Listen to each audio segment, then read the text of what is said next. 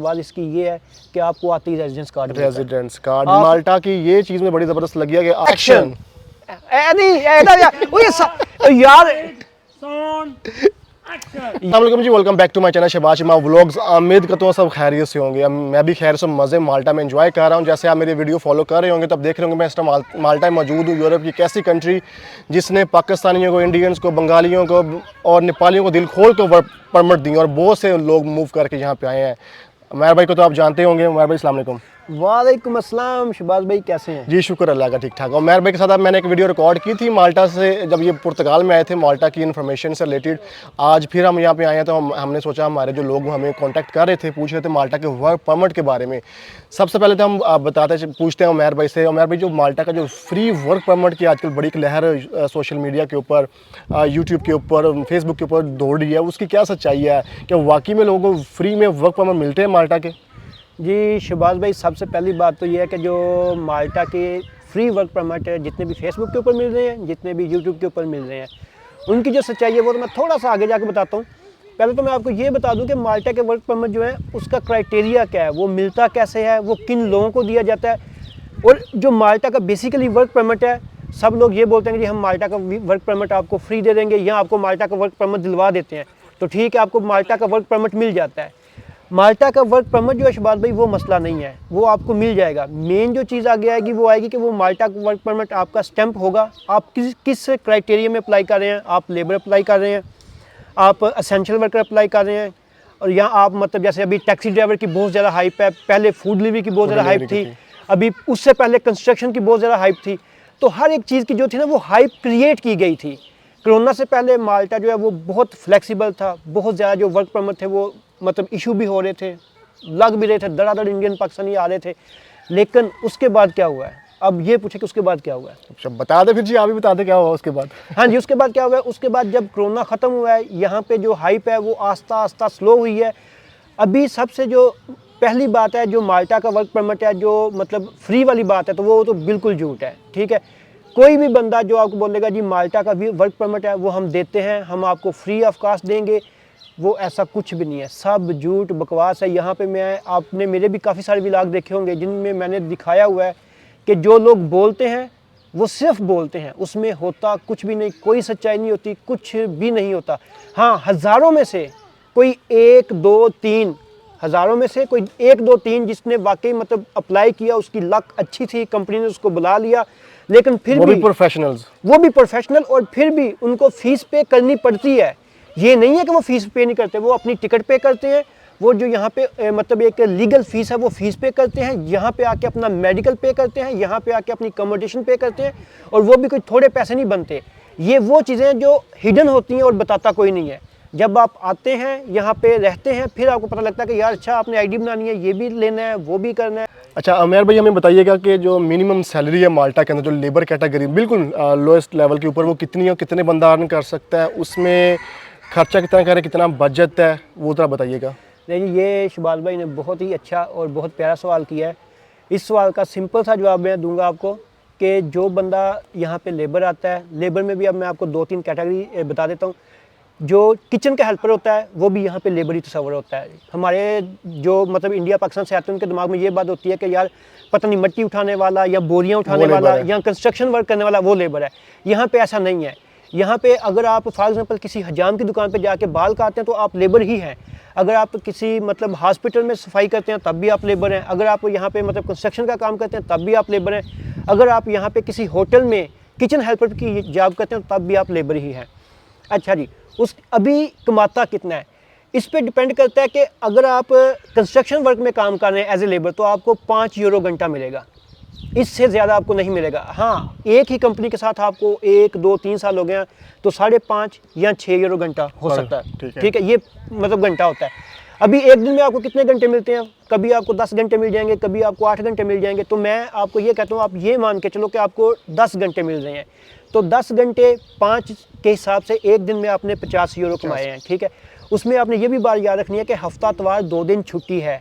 यहाँ पे हफ्ता इतवार 2 दिन छुट्टी है। रेयर चांसेस में ऐसा होता है कि अगर बहुत ज़्यादा जो आपका कॉन्ट्रैक्टर है उसको काम की ज़रूरत है तो आपको हफ्ता इतवार को मतलब बुलाएगा, वरना आपको 5 दिन। 5 दिन मिलेंगे, और 5 को अगर आप 50 से ज़रब दे लें तो आपको बखूबी आइडिया हो जाएगा कि एक हफ्ते में आप कितना कमाएंगे, कितना कमा सकते हैं। और उसी हिसाब से आप एक मंथ में कितना कमा सकते हैं। लगभग जी आपको यहाँ पे जो सैलरी स्टैंडर्ड है वो आपको मैं बता देता हूँ, तकरीबन 1000 यूरो से 1200 यूरो तक है, लेबर कैटेगरी जो लेबर कैटेगरी है। हाँ, अगर आप बहुत ज़्यादा जान मारते हैं, आप पार्ट टाइम भी जॉब करते हैं, कहीं पे मतलब हफ्ता तवार भी लगाते हैं, तो आप 1500 या 1600 यूरो तक। इतना कमा सकते हैं। उसके बाद इसमें कितना खर्चा बता दें, कितने खर्चे होते हैं, कितना बचता है? अच्छा जी, यहाँ पे सबसे ज़्यादा जो खर्चा आता है वो यहाँ पे होता है जी रहने का। रहने रहने में क्या होता है, ये अब आप पे डिपेंड करता है। कुछ लोग आपको बोलेंगे यार बस महीने का जो ना वो 100 यूरो आपका रहने का खर्चा आता है, हालांकि ये भी झूठ है। मैं एक बात अपने पुराने व्लॉग्स में करता हूँ कि अगर आपकी जॉब फॉर एग्जांपल आप पाकिस्तान लाहौर में जॉब करते हैं, तो आपने कोशिश करनी है कि लाहौर में ही अपनी रहाइश लें। ये नहीं है कि आप लाहौर से गुजरांवाले जाएँ या किसी दूसरे सिटी से उठ के आप उस सिटी में जाएँ। तो अगर आप जहाँ पे आपका काम है, अगर आप उधर ही रहाइश लेंगे तो वो सबसे ज़्यादा बेस्ट है। तो मिनिमम जो रहाइश का यहाँ पे खर्चा है वो है जी 150, यानी कि 150 यूरो बेड स्पेस है मंथली। ये एक बेड स्पेस है, और यहाँ पे बेड स्पेस जो है वो ऐसे होती है कि एक रूम में सिर्फ 2 बंदे होते हैं। ये दुबई वाला साहब नहीं है कि यार एक रूम में 10-12 बंदे एदा खाब उन्नू तेदा खाब इनू, ऐसा यहाँ पे नहीं है। तो एक रूम में 2 बंदे और 150 यूरो, ये जस्ट मतलब आपको रूम का आ रहा है। उसके बाद शबाल भाई यहाँ पे ये होता है कि आपको पानी का बिल अलग से आता है, बिजली का अलग, इलेक्ट्रिसिटी अलग से होती है। अगर अच्छा, ये 150 के अलावा बिल्स है, प्लस है। हाँ, ये जो बिल्स हैं वो अलग हैं। अच्छा, अगर आपको मैं लमसम बता देता हूँ, अगर आप बिजली का बिल भी ऐड कर लें, उसमें पानी भी ऐड कर लें, उसमें इंटरनेट भी ऐड कर लें, तो 200 यूरो। 200 यूरो रफली हाँ, साथ। और खाना पीना नहीं, अगर खाना पीना साथ करना है तो 150 यूरो वो भी लगाएं, 350 यूरो। यानी 350 यूरो एक बंदे के लिए यहाँ पे चाहिए उसको अपना करने के लिए। तो अब जैसे फूड डिलीवरी में लोग, लास्ट टाइम आया था, बताया था 1500-1600 यूरो कमा देते हैं लोग। अब आप टैक्सी का एक्सपीरियंस बताएं। टैक्सी का भी आजकल बड़ा, हम जैसे मेरी भी कंपनी है पुर्तगाल में, हमें तो उसका आइडिया है। अब यहाँ का थोड़ा आइडिया दे दे हमें कि टैक्सी ड्राइवर कितना कमा सकता है यहाँ पे। टैक्सी का अभी जैसे लास्ट सीज़न जो था उसमें फूड डिलीवरी की बहुत ज़्यादा हाइप क्रिएट थी, तो सारे बंदे फूड डिलीवरी में आ रहे थे, तो वो काम चौपट हो गया। अभी टैक्सी, अगर मैं टैक्सी की बात करूँ शहबाज भाई, लास्ट ईयर से इस ईयर को कंपेयर किया जाए, क्योंकि मैं भी इसी ईयर आया हूँ, तो लास्ट ईयर में अगर यहाँ पे एक मिसाल दे रहा हूँ कि 100 टैक्सी थी, तो अभी यहाँ पे 300 टैक्सी है। तो अब आप ये भी देख लें कि वो जो टैक्सी के वाला काम है वो भी डिवाइड हो गया। लेकिन रफली सब 12 घंटे में, अगर अभी मौजूदा सोचते हैं 12 घंटे में कोई काम करता है तो कितना बचा सकता है? अगर 12 घंटे आप काम करते हैं टैक्सी में, तो सिर्फ बचत की बात करता हूँ, मतलब सब कुछ निकाल के आप तकरीबन 2000 से 2500 यूरो तक। ये ड्राइवर या आप अगर किसी की गाड़ी ड्राइव करें तो उसका ओनर को दे के आपको बचता है। हाँ, वो सब कुछ दे के आपको 12 घंटों में 2000 से 2500 आराम से बच जाता है। और अगर आप खुद ओनर हो तो फिर ज़्यादा, हाँ, अगर जो आपने ओनर को देने वो आपको, यानी कि डबल ही हो जाता है हिसाब से।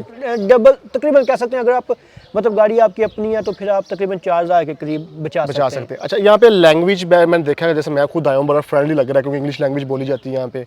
तो आपके बारे में क्या ख्याल है, लैंग्वेज बैरियर यहाँ पे है या कम है, कैसा? यार माल्टा की जो सबसे ज़्यादा खूबी है ना, या जो मैं कहता हूँ कि माल्टा की सबसे ज़्यादा खूबसूरती है शहबाज भाई, वो यही है कि माल्टा में लैंग्वेज बैरियर नहीं है। मतलब अगर आपको थोड़ी बहुत भी इंग्लिश आती है ना, टूटी फूटी भी, तो आप यहाँ पे हर चीज़ कर लेते हो, सर्वाइव कर सकते हैं, सर्वाइव कर लेते हो। जैसे मतलब हमारे पास दूसरे टूरिस्ट आते हैं तो उनको हमारी बिल्कुल समझ नहीं आती। फ्रेंच हो गए, स्पेनिश हो गए, इटालियन हो गए, उनको कुछ नहीं आता, उनको इंग्लिश नहीं आती, तो वहाँ पे हम ज़ीरो हो जाते हैं। लेकिन माल्टा में जो माल्टीज लोकल हैं वो भी तकरीबन 80 to 90% इंग्लिश बोलते हैं, तो कोई मसला नहीं होता। अच्छा, उसके अलावा फैमिलीज़ के लिए कंट्री कैसी है? लाइक रहना सहना सेफ है, रेसिस्ट है? अगर आप लेट नाइट घर से निकलते हो, कोई स्नैचिंग वगैरह है, कुछ इस तरह की? यार सबसे जो खूबसूरत पॉइंट है शहबाज भाई, यहाँ पे इतनी सेफ्टी है कि हम लोग रात को 12-1 बजे अक्सर पैसेंजर को, मतलब जो हमारे गांव के एरिया वहाँ पे भी छोड़ने जाते हैं, और लड़कियाँ अकेली रात को वॉक कर रही होती हैं। बड़ी मतलब अब आप खुद देखें कि जो बंदा रात को 1 या 2 बजे वॉक कर रहा है और अकेला सुनसान जगह पे, इट्स मीन कि वो अपने आप को सेफ समझता है। ठीक है, तो इस लिहाज से माल्टा पीसफुल, फैमिली के लिहाज से बहुत ही खूबसूरत है, क्योंकि यहाँ पे क्राइम नहीं है। यहाँ बच्चों की एजुकेशन सिस्टम वो भी इंग्लिश में है या नहीं? वो सारे इंग्लिश में। यानी कि अगर कोई फैमिलीज मूव होती है तो उनके बच्चों, मोस्टली बच्चों को प्रॉब्लम होता है कि बच्चे कैसे अडॉप्ट करेंगे लैंग्वेज को, तो वो प्रॉब्लम नहीं है, वो मसला नहीं है। यानी कि अगर कोई लोग जो गल्फ कंट्रियों से मूव करके आना चाहते हैं उनके लिए ये भी एक अच्छा प्लेस है रहने के लिए, अगर वो सर्वाइव, पैसा बैकअप है उनके पास, बिजनेस। अच्छा, मुझे ये बात आ गई, बिजनेस अपॉर्चुनिटीज़ क्या है, बिजनेस कम्युनिटी के लिए कैसा कंट्री है ये? यार बिजनेस कम्युनिटी के लिए भी बहुत अच्छा कंट्री है। यहाँ पे पहले तो मतलब मैं सिर्फ पाकिस्तान पाकिस्तानियों की बात करता हूँ, इंडियन तो वैसे भी हर जगह पे छाए हुए हैं यार। पाकिस्तानी पहले यहाँ पे इतने देखने में नहीं मिलते थे, अभी माशाल्लाह काफ़ी पाकिस्तानी यहाँ पे मूव हो रहे हैं, यहाँ पे अपने रेस्टोरेंट ओपन कर रहे हैं, यहाँ पे अपने मतलब मुख्तलिफ़ किस्म की जो खाने पीने की फ्रेंचाइज़ हैं वो भी ले रहे हैं, मतलब अपनी टैक्सियाँ भी डाल रहे हैं, मतलब बहुत ज़्यादा जो ना पाकिस्तान कम्युनिटी आना शुरू हो गई। पाकिस्तानी कम्युनिटी यहाँ पे आना शुरू होगी। और माशाल्लाह ये एक अच्छी उम्मीद है पाकिस्तानियों के लिए कि माल्टा जो है वो एक अच्छा कंट्री है, स्पेशली हम पाकिस्तानियों के लिए, कि हम लोग यहाँ पे सुकून से इजीली सर्वाइव करते हैं। सबसे जो खूबसूरत बात है या शबाज इसकी ये है कि आपको आते ही रेजिडेंस कार्ड मिलता है। रेजिडेंस कार्ड माल्टा की ये चीज़ में बड़ी ज़बरदस्त लगी है कि आते ही within 3 months residence card आपके हाथ में होता है और आप पाकिस्तान आ जा मैं सकते कहता हूँ हैं। इधर से कार्ड लो और अगर आपकी जेब इजाज़त देती है बेशक सुबह शाम पाकिस्तान आओ जाओ। पाकिस्तान आ जाओ, ये बड़ी मज़े की बात है। जैसे पुर्तगाल में हमें 2-2 साल वेट करना पड़ता है, लाइनों में लगना पड़ता है, लेकिन माल्टा की ये मुझे बड़ी अट्रैक्टिव लगी है चीज़ कि आते ही 3 महीने में कार्ड, फिर पाकिस्तान जाओ, दुबई जाओ, जहाँ मर्जी जाओ, कोई मसला नहीं है। कोई मसला नहीं। तो उमैर भाई यहाँ पे अगर लाइक कोई फैमिलीज़ मूव करते हैं, आती हैं यहाँ पे, घर वगैरह लेने के लिए कोई प्रॉब्लम्स आती है उनको? अगर कोई फैमिली अपना घर लेना चाहती है, लाइक रेंट पे लेना चाहती है, कोई मसला नहीं है। यहाँ पे अगर कोई फैमिली आती है मतलब बच्चों के साथ, हाँ यहाँ पे एक थोड़ा सा क्राइटेरिया है। फॉर एग्जांपल अगर मियाँ बीवी हैं तो आपको 1 बेडरूम अपार्टमेंट भी चलेगा। अगर वाइफ है, हस्बैंड है और साथ 1 या 2 बच्चे हैं तो आपको 2 बेडरूम लेने पड़ेंगे। यानी कि ये लगा लें कि 1 बेडरूम में सिर्फ 2 लोग ही सो सकते हैं। अगर 2 बच्चे हैं तो 2 बेडरूम, अगर 3 बच्चे हैं तो 3 बेडरूम, 4 बच्चे हैं तो 4 बेडरूम, उस हिसाब से आपको लेना पड़ेगा। घर यहाँ पे मिल जाता है। हो सकता है कि सिटी एरिया में, क्योंकि अभी सीज़न चल रहा है, ये यहाँ पे ये भी डिपेंड करता है, जब सीज़न होता है तो थोड़ा सा मुश्किल हो जाता है। लेकिन अगर आप थोड़ा सा गांव की तरफ जाएं, और गांव से मुराद ये नहीं है कि कोई 200-300 किलोमीटर दूर, माल्टा एक छोटा सा आइलैंड है, एक कॉर्नर से दूसरा कॉर्नर 32 किलोमीटर है, मतलब आप आधे घंटे में यहाँ से वहाँ चले जाते हैं। तो अब आप खुद समझ लें कि गाँव कितना। ड्राइविंग लाइसेंस का मुझे बताएं क्या सीन है, क्राइटेरिया यहाँ पे ईजी है, मुश्किल है? यार ड्राइविंग लाइसेंस यहाँ पे बहुत ईजी है। यहाँ पे अगर आप आ जाते हो, आपके पास माल्टा का रेजिडेंस कार्ड है और आपको 6 मंथ हो गए यहाँ पे रहते हुए, तो आप अपना ड्राइविंग लाइसेंस अप्लाई कर सकते हो। और सबसे जो मज़े की बात है, दूसरे कंट्रीज़ में वहाँ पे जो थ्योरी टेस्ट होता है वो उनकी अपनी लोकल लैंग्वेज में होता है, यहाँ पे इंग्लिश में है। इसीलिए हमारे जैसे भी जितने भी और पाकिस्तानी हैं वो स्कूल से आकर यहाँ पे ड्राइविंग लाइसेंस पास कर लेते हैं। इवन के हैवी लाइसेंस भी आप यहाँ पे पास कर लेते हैं, ट्रक और ये जो बस का होता है लाइसेंस होता है वो मिल जाता है। तो ये था जी एक छोटा सा ओवरव्यू माल्टा का, कि माल्टा जो है वो कैसी कंट्री है। थोड़ी इन्फॉर्मेशन आपको मिल गई होगी उमैर भाई की बातों से। अब हमारा भी आना जाना लगा रहेगा यहाँ माल्टा में और पुर्तगाल में, तो आपको इन्फॉर्मेशन मैक्सिमम डिलीवर कर दी हुई है मैंने। और अब माल्टा की भी इन्फॉर्मेशन मेरे चैनल के थ्रू भी, और उमैर भाई का भी यूट्यूब चैनल है, वो माल्टा में जो इन्फॉर्मेशन होती है, जो ट्रैवलिंग व्लॉग्स होते हैं, डेली व्लॉग्स होते हैं, बनाते हैं, तो वो भी आप वॉच कर सकते हैं जाके, आपको वहाँ से भी काफ़ी ज़्यादा आइडिया हो जाएगा। अपना बहुत सारा ख्याल रखिएगा। मिलते हैं जी नेक्स्ट वीडियो में एक नए टॉपिक के साथ जी। अल्लाह हाफिज़। अल्लाह हाफिज़ जी।